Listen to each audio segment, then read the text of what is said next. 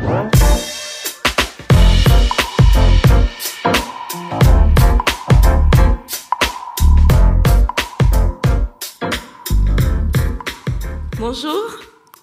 merci Anne-Sophie pour la présentation. Je suis Daniela, je vais vous parler de moi. C'est la première fois que je parle de moi, donc c'est beaucoup de courage, soyez indulgents. Et je vais vous parler de mon parcours, comment j'ai fait pour arriver jusque-là ce soir. En fait, moi je suis originaire du Cameroun. Je ne sais pas si vous savez où se trouve le Cameroun. C'est un peu tout dessus de l'équateur, au centre de l'Afrique. On l'appelle généralement l'Afrique en miniature. Donc moi, je suis issue d'une famille de 6 enfants, dont une famille nombreuse et joyeuse, comme toute la famille africaine. Et en classe de 4e, j'ai vécu un décrochage scolaire. Et je voulais plus continuer mes études. Et ma mère, c'était une catastrophe parce que pour elle, ma fille, comment est-ce qu'elle veut elle ne veut pas poursuivre ses études. Moi, je comprends rien. Donc, elle a essayé de m'encourager comme elle pouvait. Et je me suis remise sur les bancs de l'école. En seconde, où il faut faire un choix, quelle filière il faut choisir, j'ai voulu faire la C. Pour les anciennes écoles françaises, ils savent ce que c'est que la C. Et avec la nouvelle réforme, c'est la filière spécialité mathématiques et physique-chimie. Et donc, quand j'ai voulu faire la C, ma mère m'a dit « Oula, déjà en 4e, tu as fait un décrochage scolaire et là, tu veux partir en C, tu vas te fracasser. Et en plus, tu es une femme. Et regarde, tes cousins, tes cousines, personne n'a fait la C. Non, je ne pourrais même pas t'aider, moi, je ne connais rien des maths. » Et mon père, il dit, ta mère, elle a raison. Hein. En plus, tu seras plus jeune que tes camarades. Tu as 2 ans de plus que la normale. Et donc, du coup, 2 ans de moins que la normale. Et donc, pour nous, on pense que tu ne pourras pas. Et heureusement qu'il y a eu un ami à la famille qui est venu ce samedi où on se tiraillait un tout petit peu et qui a dit, mais non, encouragez Daniela. Si elle veut faire la S, vous pouvez l'encourager.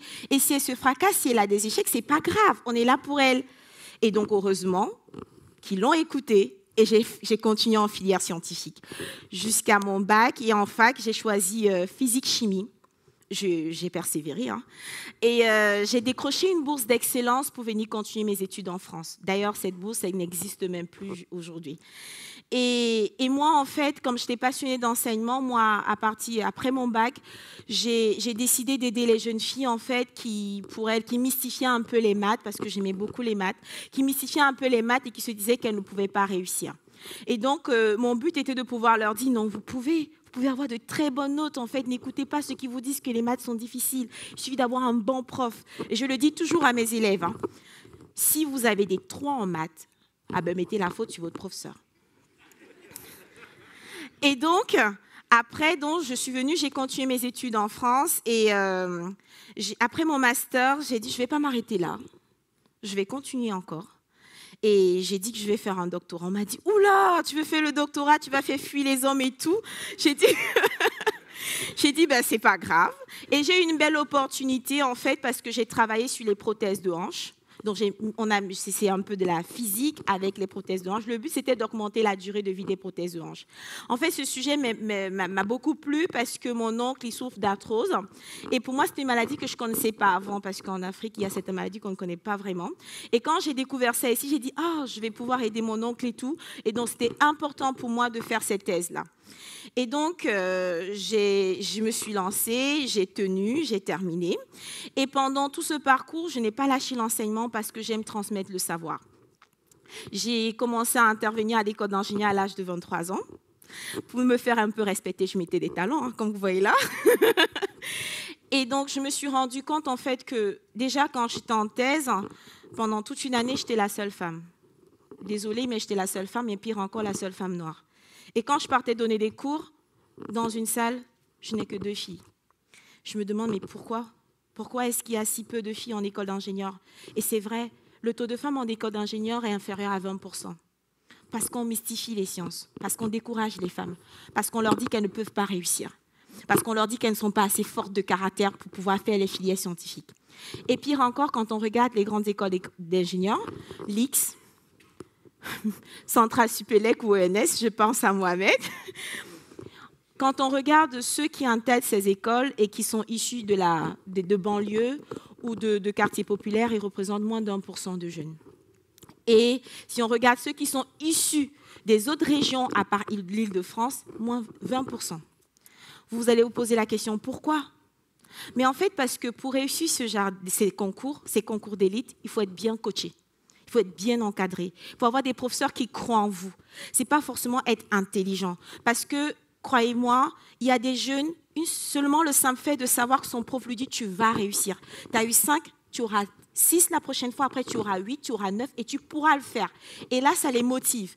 Et c'est pour ça que ces professeurs qui sont rares, qui encouragent ces jeunes à exceller, on ne les rencontre pas partout. Ils sont très peu. Et les Parisiens, ils mettent le paquet avec les salaires et ils les retiennent. Et dans nos régions, il n'y a plus personne. Il n'y a plus ces jeunes, en fait, il n'y a plus ces professeurs capables vraiment de coacher nos jeunes pour pouvoir en fait briser en fait ces barrières et leur dire vous pouvez le faire. Et donc moi je me suis dit mais il y a quelque chose à faire. Et si on pouvait accompagner ces jeunes à distance, sans toutefois déplacer ces meilleurs profs de Paris, parce que là, ils sont super bien payés, ils aiment bien la ville de Paris, et de dire qu'ils peuvent accompagner les jeunes à distance grâce à une classe virtuelle où l'étudiant retrouve un tableau qui est l'écran de son ordinateur, un cahier numérique en fait, qui permet d'interagir directement avec le professeur. Un professeur est capable d'envoyer plusieurs élèves au tableau, de faire des travaux de groupe, de pouvoir échanger individuellement ou bien surveiller un cahier de cours d'un élève de manière à distance.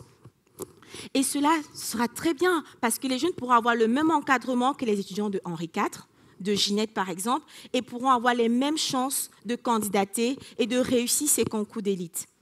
Et donc, parce que je voulais me lancer dans cette aventure, je me suis dit, ah, Daniela, c'est bien beau, mais tu ne connais rien en finance, tu ne connais rien en management, et en plus, comment est-ce que tu vas pouvoir gérer une entreprise et tout? J'ai dit, ok, c'est pas grave, ça fait 4 ans que j'ai laissé les bancs, je vais retourner à l'école. Donc, je suis retournée faire école de commerce, j'ai fait mon MBA, et j'ai dit que maintenant, je pense que je suis capable, j'ai les atouts en main pour pouvoir réussir et pouvoir vraiment monter ce projet.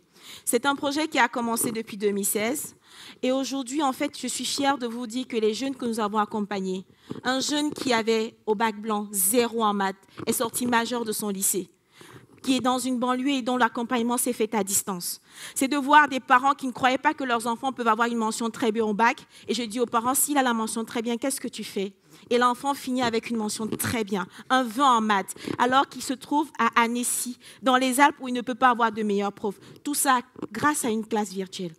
Et si on en a pu arriver là, c'est parce que des gens nous ont encouragés, des gens nous ont montré, nous ont dit, ce que vous faites est bien, on peut vous accompagner.